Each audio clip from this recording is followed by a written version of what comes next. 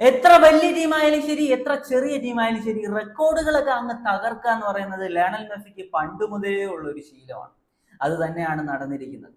Inter Miami MLS അവരുടെ രണ്ടാമത്തെ മത്സരം കളിക്കാൻ ഇറങ്ങിയാണ്. ആദ്യ മത്സരത്തിൽ LA ഗാലക്സിയോട് എതിരില്ലാത്ത 3 ഗോളിന്റെ ഒരു പടുകൂറ്റൻ തോൽവിയായിരുന്നു ഇന്റർ മയാമി ഏറ്റുവാങ്ങിയത്. ആ മത്സരം വളരെ മോശമായിട്ടായിരുന്നു ലയണൽ മെസ്സിയും കളിച്ചിരുന്നത്. രണ്ടാം മത്സരം ഒർലാൻഡോ സിറ്റിക്കെതിരെയാണ്, അതും അവരുടെ ഹോമിൽ. ഇന്റർ മയാമി ഇതുവരെ അവരുടെ ഹോമിൽ, ഒർലാൻഡോ സിറ്റിയുടെ ഹോമിൽ ജയിച്ചിട്ടില്ല. അത് മാത്രമല്ല, വലിയ തോൽവികളാണ് ഇന്റർ മയാമി ഏറ്റുവാങ്ങിയിട്ടുള്ളത് ഒർലാൻഡോ സിറ്റിയുടെ ഹോമിൽ. കഴിഞ്ഞ സീസണുകളിലൊക്കെ നോക്കുമ്പോൾ അത് അങ്ങനെയായിരുന്നു. എന്നാൽ കളി മാറി മക്കളെ, കളി മാറി എന്ന് തന്നെ പറയണം. ഒർലാൻഡോ സിറ്റിയെ 2-4 ഗോളുകൾക്കായിരുന്നു ഇന്റർ മയാമി പരാജയപ്പെടുത്തിയത്. ഈ മത്സരത്തിൽ ലയണൽ മെസ്സി നേടിയത് 2 തകർപ്പൻ ഗോളുകളായിരുന്നു. അതും അതിലൊരെണ്ണം ഫ്രീ കിക്ക് ഗോൾ കൂടിയായിരുന്നു. ഈ മാച്ച് തുടങ്ങുന്ന സമയത്ത് ഒർലാൻഡോ സിറ്റിക്ക് ഒരു വിജയ സാധ്യത പലരും പറഞ്ഞിരുന്നു. അവരെല്ലാവരും വിട്ടുപോയൊരു കാര്യമുണ്ട്, ലയണൽ മെസ്സി കളിക്കുന്ന ടീമാണ് ഇന്റർ മയാമി. മെസ്സി വിചാരിച്ചു കഴിഞ്ഞാൽ എന്തും സംഭവിക്കും, എന്തും മെസ്സിക്ക് ചെയ്യാൻ കഴിയും എന്നത് അവർ മറന്നുപോയി. ഈ മത്സരം തുടങ്ങി അങ്ങനെ 17-ാം മിനിറ്റിൽ റോഡ്രിഗോ ഡീപോളിനൊരു കയ്യബദ്ധം പറ്റുകയാണ്, ഒരു മിസ് പാസ്. അത് മുതലെടുത്തുകൊണ്ട് ഒർലാൻഡോ സിറ്റി ആദ്യ ഗോൾ സ്കോർ ചെയ്യുന്നു, അവര് ലീഡ് എടുക്കുന്നു. അതിനുശേഷം 24-ാം മിനിറ്റിൽ വീണ്ടും ഒർലാൻഡോ സിറ്റി ഗോൾ സ്കോർ ചെയ്യുകയാണ്. 1 ടച്ച് പാസുകളിലൂടെ ഇന്റർ മയാമിയുടെ എൻഡയർ ഡിഫൻസിനെ പൊളിച്ചെടുക്കുന്ന കാഴ്ചയായിരുന്നു നമ്മൾ ഈ ഒരു മാച്ചിൽ കണ്ടിരുന്നത്. ഈ ഒരു മാച്ചിൽ 90 മിനിറ്റും ഫുൾ ടൈം നമ്മൾ ഈ ഒരു സാധനം കണ്ടിരുന്നത്. എപ്പോഴൊക്കെയാണോ ഒർലാൻഡോ സിറ്റി അറ്റാക്ക് ചെയ്തത് അപ്പോഴെല്ലാം നമ്മൾ കണ്ടതായിരുന്നു 1 ടച്ച് പാസുകളിലൂടെ ആ ഒരു ഡിഫൻസിനെ തകർക്കുക എന്നത്. ഈ മത്സരം മൊത്തത്തിൽ അതായിരുന്നു. അങ്ങനെ ഡിഫൻസിനെ 1 ടച്ച് പാസിലൂടെ തകർത്തിട്ട് 24-ാം മിനിറ്റിൽ ഒർലാൻഡോ സിറ്റി അവരുടെ രണ്ടാമത്തെ ഗോൾ സ്കോർ ചെയ്യുകയാണ്. അങ്ങനെ എതിരില്ലാത്ത 2 ഗോളിന്റെ ലീഡ് 25 മിനിറ്റിനകം ഒർലാൻഡോ സിറ്റി സ്വന്തമാക്കി. ആദ്യ പകുതി പിന്നിടുമ്പോൾ ഈ ഒരു 2 ഗോളിന്റെ ലീഡായിരുന്നു ഒർലാൻഡോ സിറ്റിക്ക് ഉണ്ടായത്. ആദ്യ പകുതിയിൽ ഇന്റർ മയാമി നല്ല രീതിയിൽ കളിച്ചിരുന്നു. ലയണൽ മെസ്സിക്ക് ബോക്സിനകത്ത് 2 അവസരങ്ങൾ കിട്ടിയിരുന്നു. മെസ്സി ക്രിയേറ്റ് ചെയ്ത് കൊടുത്തിരുന്ന അവസരങ്ങൾ ഉണ്ടായിരുന്നു. എന്നാൽ ഗോള് മാത്രം അകന്നു നിന്നു. എന്നാൽ രണ്ടാം പകുതിയിൽ കളി മാറി. രണ്ടാം പകുതിയിൽ 4 ഗോളുകൾ അടിച്ചായിരുന്നു ഇന്റർ മയാമി അവരുടെ വിജയം സ്വന്തമാക്കിയത്. രണ്ടാം പകുതിയുടെ തുടക്കത്തിൽ മാറ്റിയോ സിൽവിറ്റി എന്ന താരത്തെ ഇന്റർ മയാമി കളത്തിലേക്ക് ഇറക്കിയാണ്.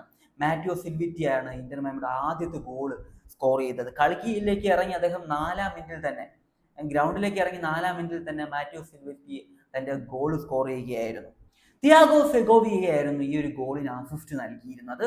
അങ്ങനെ ആദ്യ ഗോള് ഇന്റർ മയാമി നേടി 1-2 എന്ന രീതിയിലേക്ക് സ്കോർ മാറ്റി. തൊട്ട് അടുത്ത മൂമെന്റിൽ, അതായത് ഒരു 10 മിനിറ്റിനപ്പുറം ലയണൽ മെസ്സിയുടെ ഗോൾ വരികയാണ്.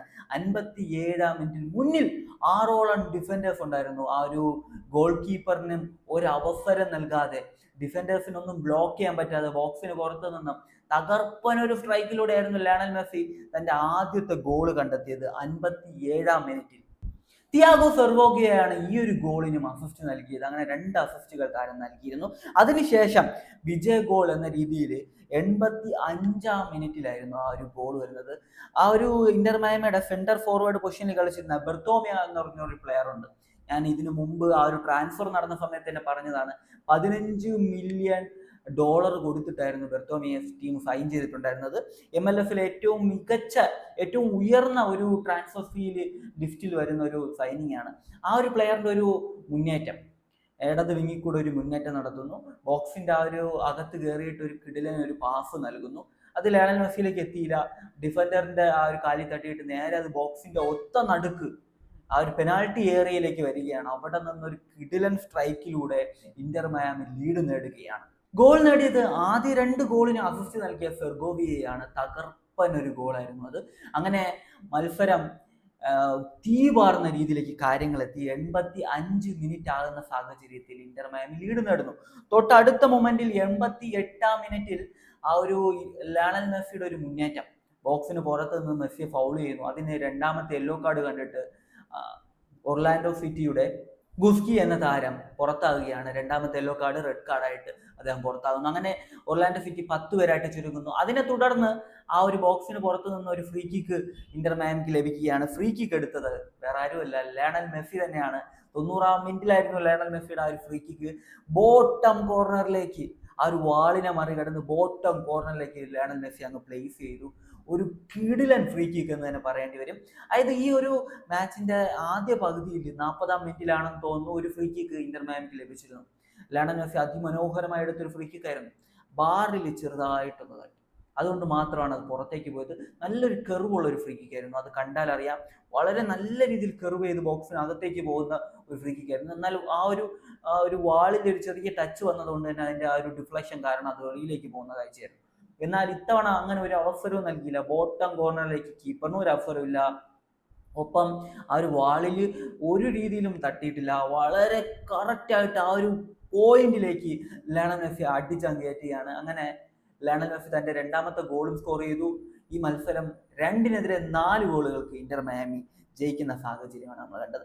ലയണൽ മെസ്സിയുടെ ഈ മത്സരത്തിലെ പെർഫോമൻസിനെ കുറിച്ച് എടുത്തു പറയെ തന്നെ വേണം. 9.5 ലയണൽ മെസ്സിയുടെ ഈ മത്സരത്തിലെ റേറ്റിംഗ്. 90 മിനിറ്റും മെസ്സി ഈ മത്സരത്തിൽ കളിച്ചിരുന്നു. കിടിലനായിട്ടുള്ള ഒരു പെർഫോമൻസ് മെസ്സി ഈ മാച്ചിൽ നടത്തി. മെസ്സിയുടെ ഒരു 4 ക്രോസ് നൽകിയതിൽ 2 ആക്യുറേറ്റ് ആയിരുന്നു. 50 പാസുകൾ നൽകിയതിൽ 44 ആക്യുറേറ്റ് ആയിരുന്നു. 88% പാസിംഗ് ആക്യുറസി. അത് മാത്രമല്ല, ലയണൽ മെസ്സി ഓപ്പോസിറ്റ് ഹാഫിൽ നൽകിയിട്ടുള്ള 8 പാസ്, 8ഉം കൃത്യമായിട്ടുള്ള പാസുകളായിരുന്നു. വേറെ ലെവലിലുള്ള ഒരു പെർഫോമൻസ് ലയണൽ മെസ്സിയുടെ ഭാഗത്ത് നിന്ന് നമ്മൾ ഈ ഒരു മാച്ചിൽ കണ്ടിട്ടുണ്ട്. മെസ്സിയെ സംബന്ധിച്ച് കീ പാസുകൾ എടുത്തു പറയണം. 3 കീ പാസുകളായിരുന്നു ലയണൽ മെസ്സി ഈ ഒരു മാച്ചിൽ നൽകിയിരുന്നത്. ഒരു കിടിലൻ പെർഫോമൻസ് നമുക്ക് മെസ്സിയുടെ ഭാഗത്ത് നിന്ന് ഈ മത്സരത്തിൽ കാണാൻ കഴിഞ്ഞിട്ടുണ്ടായിരുന്നു. മെസ്സി സാധാരണ കഴിഞ്ഞ മത്സരം നോക്കിക്കഴിഞ്ഞാൽ ലയണൽ മെസ്സിയെ സംബന്ധിച്ച് വളരെ മോശം ഒരു പെർഫോമൻസ് ആയിരുന്നു മെസ്സി കഴിഞ്ഞ മത്സരത്തിൽ നടത്തിയിരുന്നത്. ഇന്റർ മയാമിയുടെ ആ ഒരു തോൽവിക്ക് ഒരു പ്രധാന കാരണങ്ങളിൽ ഒന്ന് തന്നെയായിരുന്നു ലയണൽ മെസ്സിയുടെ ആ ഒരു പെർഫോമൻസ്. 6.6 റേറ്റിംഗ് മാത്രമായിരുന്നു കഴിഞ്ഞ മത്സരത്തിലെ ലയണൽ മെസ്സിയുടെ പെർഫോമൻസിലുണ്ടായിരുന്നു. ഇപ്പോൾ ഇതാ 9.5 റേറ്റിംഗിലേക്ക് എത്തിയിരിക്കുകയാണ്. 2026 സീസണിലെ ആദ്യത്തെ ഗോള്, രണ്ടാമത്തെ ഗോളും ആ ഒരു മാച്ചിൽ മെസ്സി സ്കോർ ചെയ്ത് ഈ 2 ബ്യൂട്ടിഫുൾ ആയിട്ടുള്ള ഗോളുകളാണ്. എടുത്തു പറയേണ്ട മറ്റൊരു പെർഫോമൻസ് ഈ മാച്ചിൽ നടത്തിയിരുന്ന താരം എന്ന് പറയുന്നത് ഇന്റർ മയാമിയുടെ ആ ഒരു ലെഫ്റ്റ് വിങ്ങിൽ കളിച്ചിട്ടുള്ള ഫെർഗോവിയോ എന്ന താരമാണ്. വേറെ ലെവല് പെർഫോമൻസ് താരം നടത്തിയിരുന്നു. ഈ മാച്ചിൽ അദ്ദേഹം നേടിയിട്ടുള്ള ആദ്യത്തെ ഗോൾ ഒരു വണ്ടർഫുൾ ഗോളാണ്. ബോക്സിന് വെളിയിൽ നിന്നൊരു വണ്ടർഫുൾ ഗോളായിരുന്നു. അങ്ങനെ 2-നെതിരെ 4 ഗോളിന്റെ വിജയം. ലയണൽ മെസ്സിയുടെ മാജിക്ക് നമുക്ക് വീണ്ടും ഒരിക്കൽ കൂടി കാണാൻ കഴിഞ്ഞു. എടുത്തു പറയേണ്ട ഒരു കാര്യം എന്താണെന്ന് വെച്ച് കഴിഞ്ഞാൽ, കഴിഞ്ഞ മെസ്സി പോയതിനു ശേഷമുള്ള മിക്ക മത്സരവും കണ്ടിട്ടുള്ള ആളാണ് ഞാൻ. ഓരോ മത്സരം കഴിയും തോറും, ഓരോ സീസൺ കഴിയും തോറും MLS-ന്റെ നിലവാരം കൂടി വരുന്ന രീതിക്കാണ് എനിക്ക് ഫീൽ ചെയ്തിട്ടുള്ളത്. ഈ മാച്ചിൽ അത് തന്നെയായിരുന്നു. ഈ മാച്ച് ഒരു ത്രില്ലിങ് മാച്ച്. നമുക്കൊരു ബോറടിയോ അങ്ങനത്തെ കാര്യങ്ങളോ ഒന്നുമില്ല. കളി കാണാൻ ഇരിക്കുന്നവർക്ക് അത് 100% ഗുണം ചെയ്യും. അങ്ങനത്തെ ഒരു മത്സരമായിരുന്നു ഈ ഒരു മാച്ച്. നമുക്ക് കുറച്ച് എന്റർടൈനിങ് ആയിട്ട്, എന്നെ സംബന്ധിച്ച് ഫുട്ബോൾ എന്ന് പറയുന്നത് എനിക്ക് ഇമോഷനാണ്, അതൊരു എന്റർടൈൻമെന്റ് ആണ്.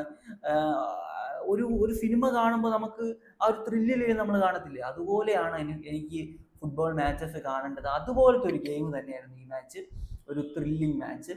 അപ്പോൾ രാവിലെ ഉറക്കം എഴുന്നേറ്റിരുന്ന് കണ്ടതിന് ഒരു പ്രയോജനം കിട്ടി എന്ന് തന്നെ പറയണം. അപ്പോൾ നിങ്ങളുടെ ഒപ്പീനിയൻ, ഈ ഒരു മാച്ച് കണ്ടിട്ടുണ്ടെങ്കിൽ നിങ്ങളുടെ ഒപ്പീനിയൻ, ഇല്ലെങ്കിൽ ഞാൻ ഈ ഒരു പറഞ്ഞിട്ടുള്ള കാര്യങ്ങൾ കൊള്ളാമെങ്കിൽ നിങ്ങളുടെ ഒപ്പീനിയൻ കമന്റ് ബിലോ. മറ്റൊരു വീഡിയോ കാണുന്നതായിരിക്കും. ബൈ ബൈ വിത്ത് ഫുട്ടെയിൽ.